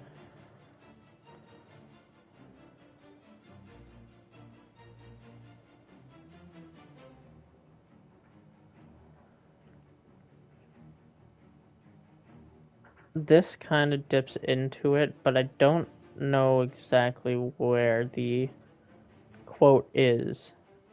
But it says something about her vision seeing a sword that ever sharpens on its own, or on itself, and uses itself as a whetstone.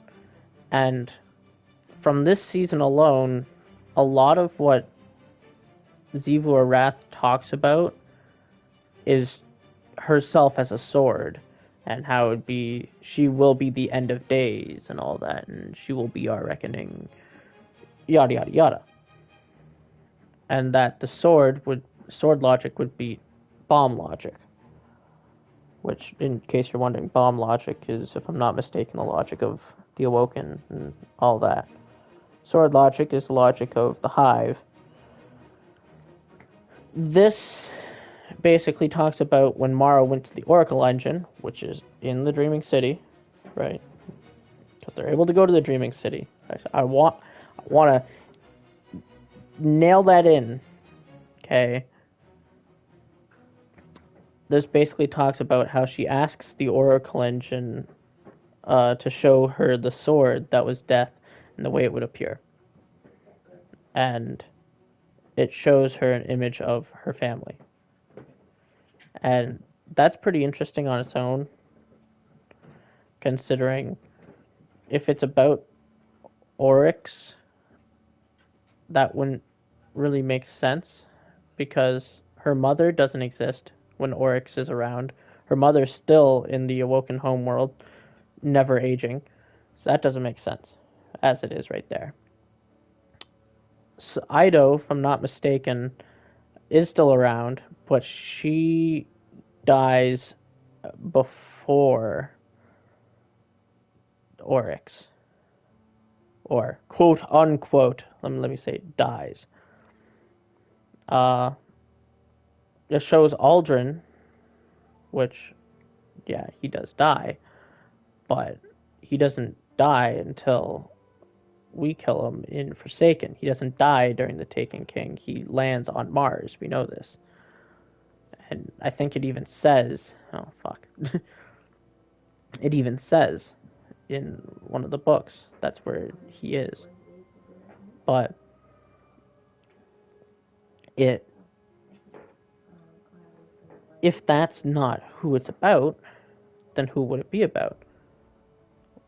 Well, if the final shape leads into Xivu Arath still working with the Witness, it would be basically the end, right? It would be the death. So if that is the case, if I can find it, I can. Oh yeah, it's this one. So if Ido's still alive somewhere out there, that would be one person around for when Xivu Arath makes their first appearance in the game and actually tries to attack us, most likely during Lightfall.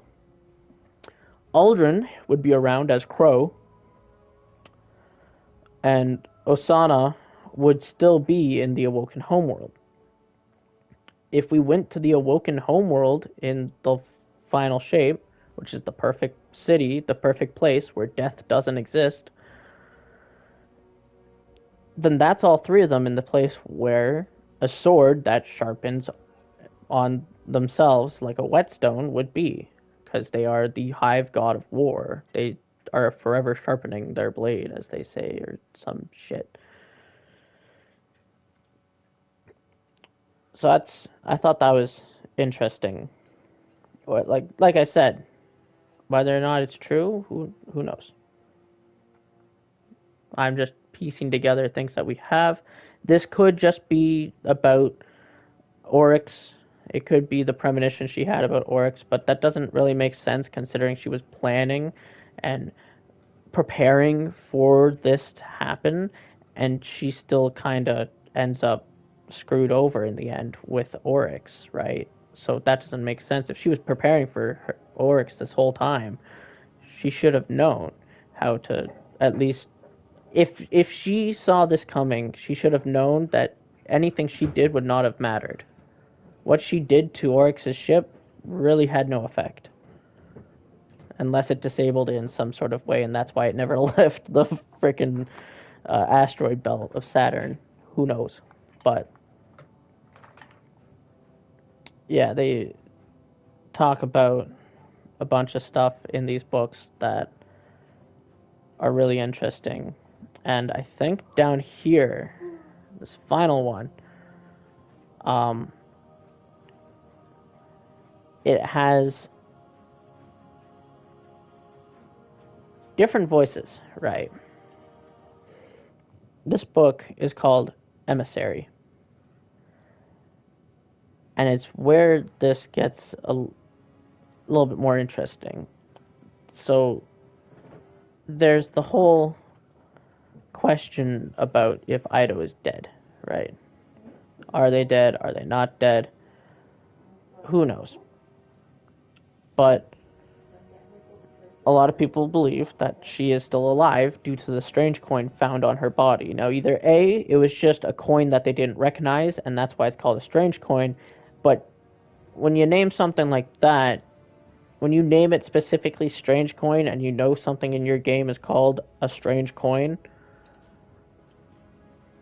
usually that's not coincidence. They would have said a coin that we don't recognize or piece of metal. But the fact that they said specifically strange coin leads me to believe that it is the 9 that's involved with this. And all of these, where like the words are like spaced out, it's the 9 basically talking. And if we're not mistaken, it's the colons are Marasov, if we're not mistaken. The spaced out words are the emissary, if I'm not mistaken, or it's Orin, one of the two, and the regular sentences that are all lowercase are the 9, and throughout it, it's basically heard that yes, you will never see her coming. Marasov bows to no one.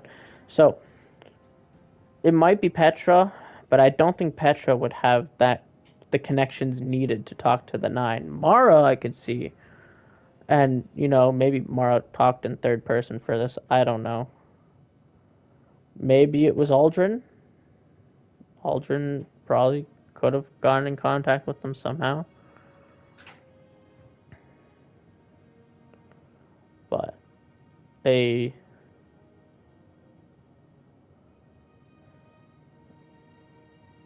basically talk about how they are the Nine, and then they're like, really? Well, have you counted the voices? And they realize that they're not 9, it's 5. And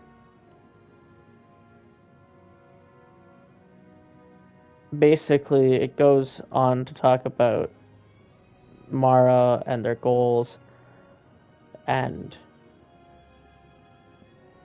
basically all these different little things, right?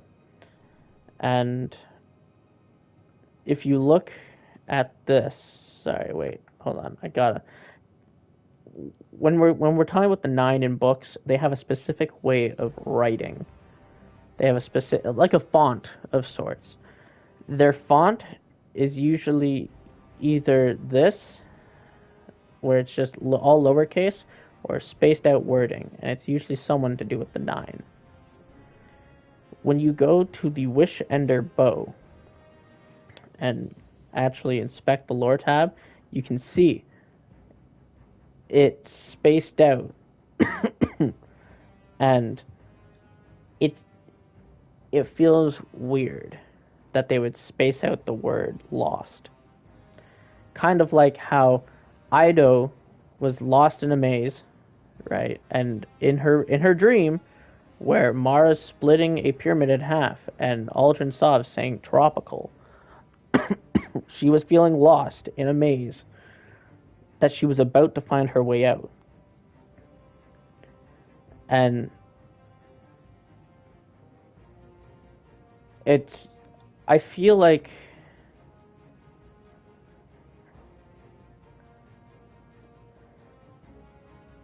maybe they put her in some sort of, I want to say, purgatory-like place.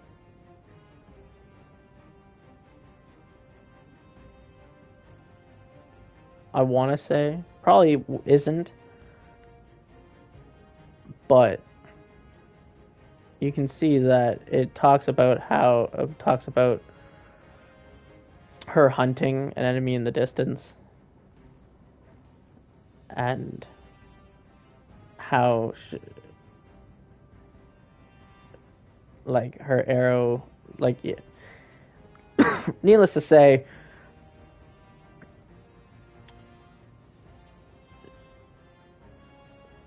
it goes on about this stuff about her being the righteous fury, and then it just starts saying betrayed without spacing or anything over and over and over. And then it says sworn oath to rise again. Ido drew it, and then it just goes dirt, fell, lost.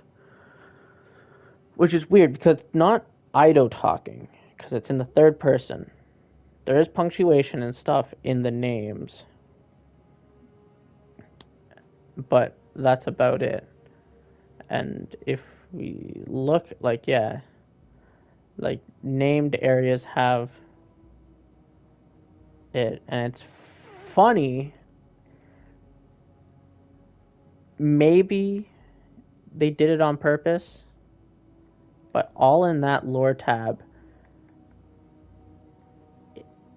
I need to check now, actually, because that'd be interesting. Hold on.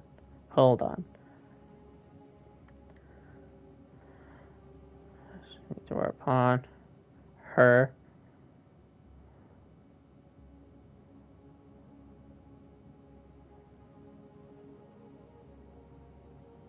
No one.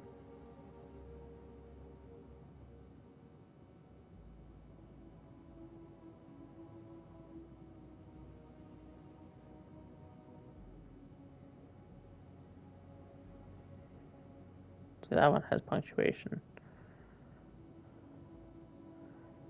very hard to tell, but if we go to the Oath Keepers,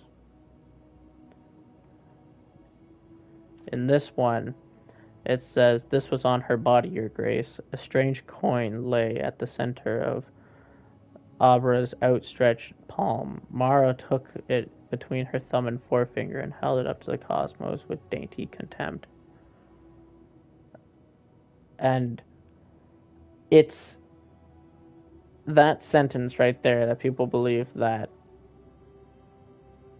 the Nine have something to do with it.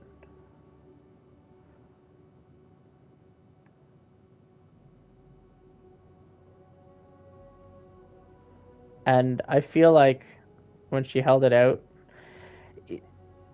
a lot of people look at the strange coin part of it, right? Which makes sense. It's a very big red flag. But I kind of look at the fact that she holds it up with her forefinger and her thumb and holds it up to the cosmos with a dainty contempt.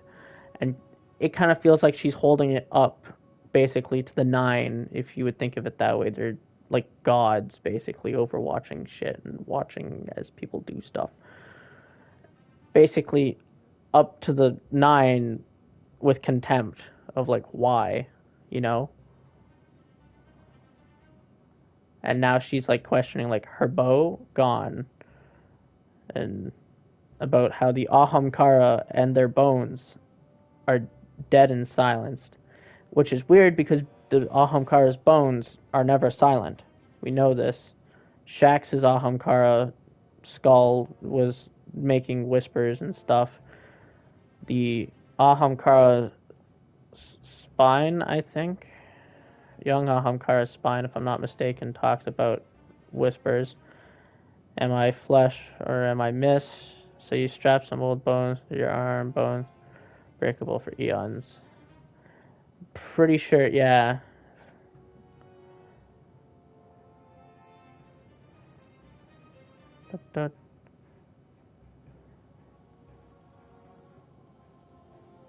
Love the phrase, "O seeker of mine."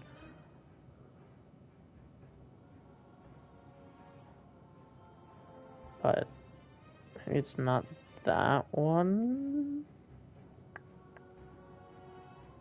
Oh, it's in here. Yeah, sealed Ahamkara's grasps.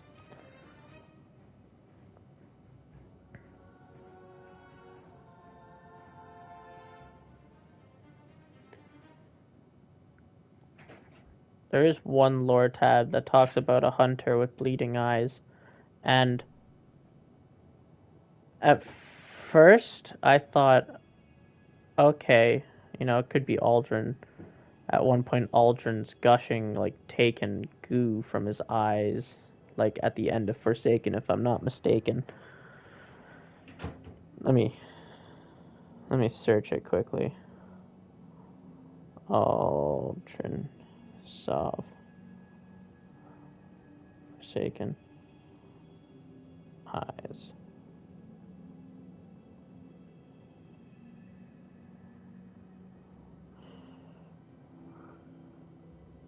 Yeah, there's like this taking goop to them, right? And they're not like dripping or bleeding in a sense. And so, you know, my brain kind of thought that was weird. And this is when I draw parallels to something that we've seen recently, that being the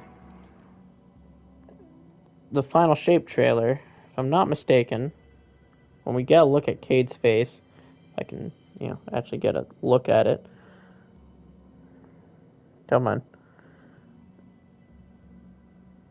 Yeah, when you get a look at Cade's face, his eyes are now imbued with like this light, and they're like kind of pulsating out of his eyes.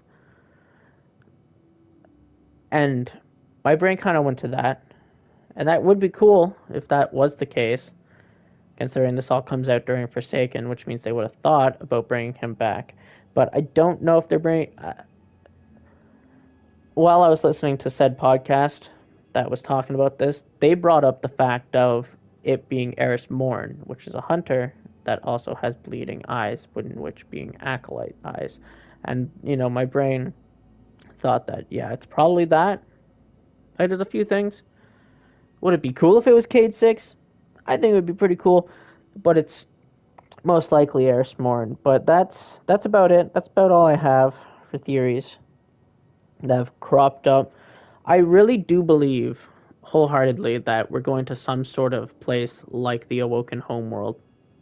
Whether or not it's it exactly or some parallel of it is another thing.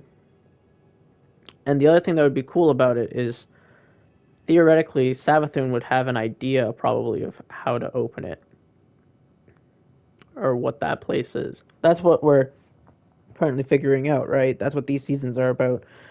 They're going to ask Savathun how to get into it. Savathun's going to give us the whole spiel after like 5 weeks of working for them or something. And then we're probably going to find out what it is.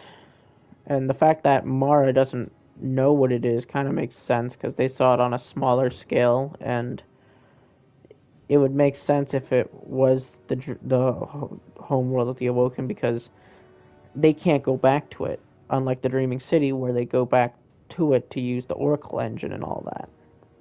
So, I don't know. It's all just like food for thought, ear fodder, stuff to get your brain moving, you know? So, it's interesting to say the least. I hope anyone who stuck around for this enjoyed. I might do more of this kind of stuff up to Final Shape, depending on what I hear. You know, maybe not. But the Awoken have always had this like future thing going on with them, where like they know the future, or somehow have premonitions of it. So if they do end up connecting the dream that Ido had to Final Shape, I'd be happy with that. That would make me giddy with glee. But that'll have to do it. I hope you all enjoyed, and I will see all of you in the next one. Bye-bye.